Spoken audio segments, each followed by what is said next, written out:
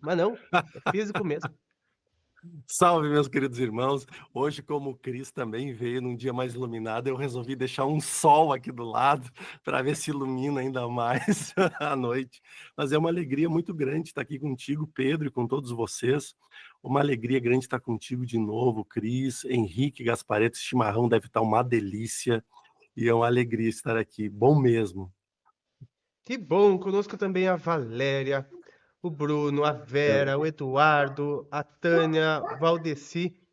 E vamos começar respondendo perguntas de vocês. Pessoal, Só para falar para o Jordelei que ele entrou depois que eu falei, eu vou até tomar um chimarrão, porque o Pablo falou que ele estava hoje afiado, né? Eu disse, não, então eu vou até tomar um chimarrão.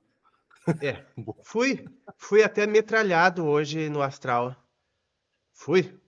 Não foi podemos fácil essa noite. abordar sobre isso. Jordi, vamos abordar sobre isso, porque não tá fácil a coisa no astrafísico. O que que está acontecendo nos astrais da Terra? Porque, ó, não, fazia tempo que eu não via um astral tão complicado e se refletiu na psicosfera que a gente vai ver logo a seguir, está bem baixa. Uhum, uhum. A semana passada nós tivemos um evento que foi de uma lição incrível que a espiritualidade trouxe, que foi o eclipse.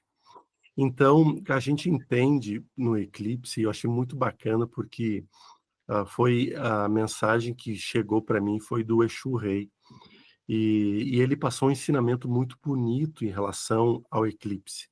Ele disse que culturas no mundo inteiro cultuam a força da maldade através de fenômenos da natureza. Então, por muito tempo foi cultuado movimentos em que se usava a energia para fazer a magia equivocada, a magia que distorcia. Em contrapartida, uma outra grande parte da população também usava os movimentos da natureza para fazer o processo da energia de bem, de luz, de transformação. Então, esses dois polos, ele me explica que existem até hoje. Quando apresenta-se esses polos que vêm do passado, que vêm das gerações, das nossas ancestralidades, eles ficam expostos nos ambientes. E eles ficam perceptíveis para que nós possamos captar.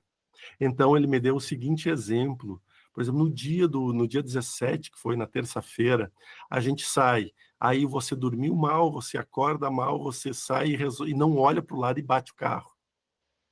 E aí você se lembra que é o eclipse e você diz, nossa, já estou sentindo as energias ruins e tudo assim. Naquele momento ele me diz, você deixa de ser neutro e passa a assumir uma das polaridades da força.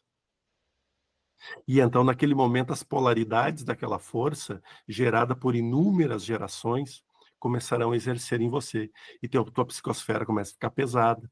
Então, o que eles vêm dizer é que neste momento, e eu preciso ser muito claro e muito justo para não ficar mal entendido, a espiritualidade pede a nós que nós sejamos neutros nas energias, que nós não tenhamos partido nenhum de bem ou de mal, de direita ou de esquerda, de azul ou vermelho, né? Vou usando bem todos os duelos que tem de time de futebol e de tudo, não escolher nada, ser o mais neutro possível. Para quê? Para que nenhuma das forças façam com que a minha energia ande em forma muito acelerada. Esta neutralidade não é eu ser isento às transformações. Não é isso. Essa neutralidade é eu ter o discernimento e o esclarecimento para poder movimentar as forças dentro de mim para o meu dia a dia e para tudo que transforma ao redor. Relembrando que nós temos sempre o fluxo da energia que parte do nosso campo, abre as esferas e desce para o chão.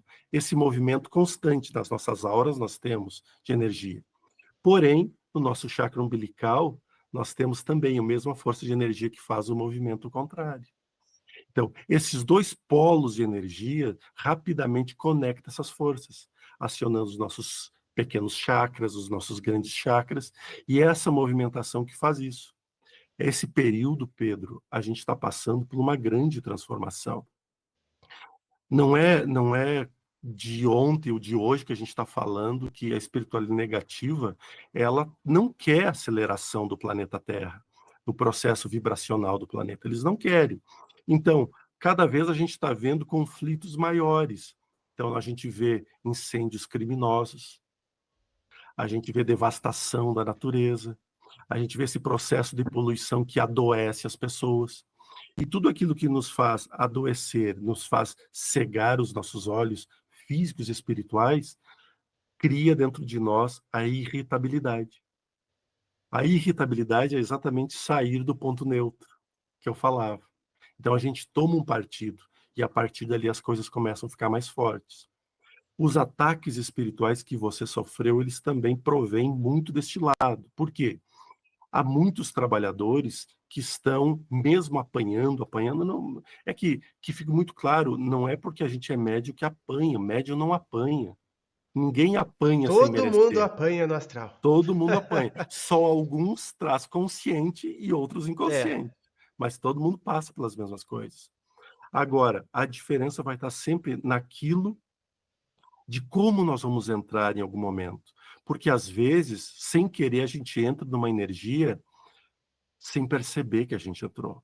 E aí, quando a gente entra sem perceber, a possibilidade de nós entrarmos de uma forma mal educada é muito grande.